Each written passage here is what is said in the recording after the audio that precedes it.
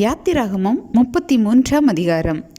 கர்த்தர் மோசேயை நோக்கி, நீயும் எகிப்து தேசத்திலிருந்து நீ அழைத்து கொண்டு வந்த ஜனங்களும் இவ்விடத்தை விட்டு புறப்பட்டு உன் சந்ததிக்கு கொடுப்பேன் என்று நான் ஆபிரகாமுக்கும் ஈசாக்குக்கும் யாக்கோவுக்கும் ஆணையிட்டு கொடுத்த பாலும் தேனும் ஓடுகிற தேசத்துக்கு போங்கள்.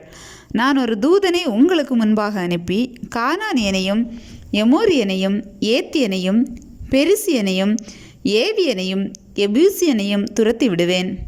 ஆனாலும் வழியிலே நான் உங்களை நிர்மூலம் பண்ணாதபடிக்கு நான் உங்கள் நடுவே செல்ல மாட்டேன்.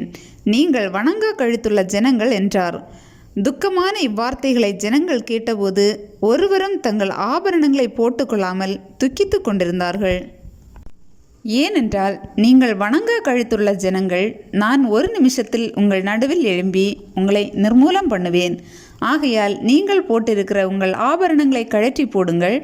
அப்பொழுது நான் உங்களுக்கு செய்ய வேண்டியதை அறிவேன் என்று இஸ்ரவேல் புத்திரருக்கு சொல்லென்று கர்த்தர் மோசேயுடைய சொல்லியிருந்தார்.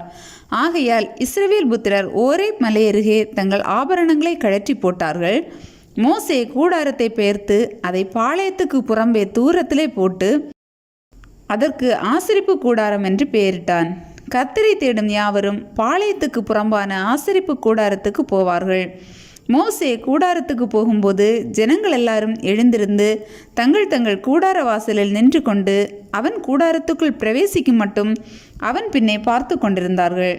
மோசே கூடாரத்துக்குள் பிரவேசிக்கையில் மேகஸ்தம்பம் இறங்கி கூடார வாசலில் நின்றது.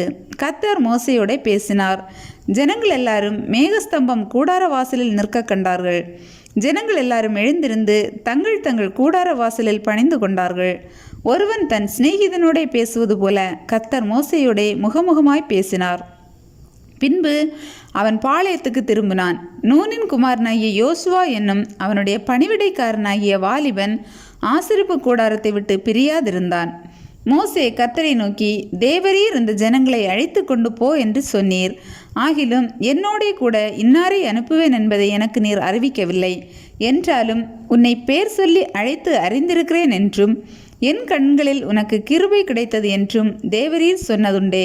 உம்முடைய கண்களில் இப்பொழுது எனக்கு கிருபை கிடைத்ததானால் நான் உம்மை அறிவதற்கும் உம்முடைய கண்களில் எனக்கு கிருபை கிடைப்பதற்கும் உம்முடைய வழியை எனக்கு அறிவியும். இந்த ஜாதி உம்முடைய ஜனம் என்று நினைத்திருளும் என்றான். அதற்கு அவர், என் சமூகம் உனக்கு முன்பாக செல்லும், நான் உனக்கு இளைப்பாறுதல் தருவேன் என்றார். அப்பொழுது அவன் அவரை நோக்கி, உம்முடைய சமூகம் என்னோடே கூட செல்லாமற் போனால் எங்களை இவ்விடத்திலிருந்து கொண்டு போகாதிரும்.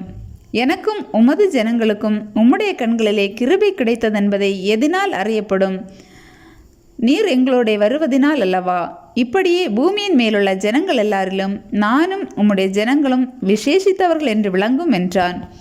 அப்பொழுது கர்த்தர் மோசேயை நோக்கி, நீ சொன்ன இந்த வார்த்தையின்படியே செய்வேன். என் கண்களில் உனக்கு கிருபை கிடைத்தது, உன்னை பேர் சொல்லி அழைத்து அறிந்திருக்கிறேன் என்றார். அப்பொழுது அவன், உம்முடைய மகிமையை எனக்கு காண்பித்தருளும் என்றான். அதற்கு அவர், என்னுடைய தயையை எல்லாம் நான் உனக்கு முன்பாக கடந்து போக பண்ணி கர்த்தருடைய நாமத்தை உனக்கு முன்பாக கூறுவேன். எவன் மேல் கிருபையாயிருக்க சித்தமாயிருப்பேனோ அவன் மேல் கிருபையாயிருப்பேன், எவன் மேல் இரக்கமாயிருக்க சித்தமாயிருப்பேனோ அவன் மேல் இரக்கமாயிருப்பேன் என்று சொல்லி நீ என் முகத்தை காண மாட்டாய். ஒரு மனுஷனும் என்னை கண்டு உயிரோடு இருக்கக்கூடாது என்றார். பின்னும் கர்த்தர், இதோ என் அண்டையில் ஒரு இடம் உண்டு, நீ அங்கே கன்மலையில் நெல்லு. என் மகிமை கடந்து போகும்போது நான் உன்னை அந்த கன்மலையின் வெடிப்பிலே வைத்து நான் கடந்து போகும் மட்டும் என் கரத்தினால் உன்னை மூடுவேன். பின்பு என் கரத்தை எடுப்பேன், அப்பொழுது என் பின்பக்கத்தை காண்பாய், என் முகமோ காணப்படாது என்றார்.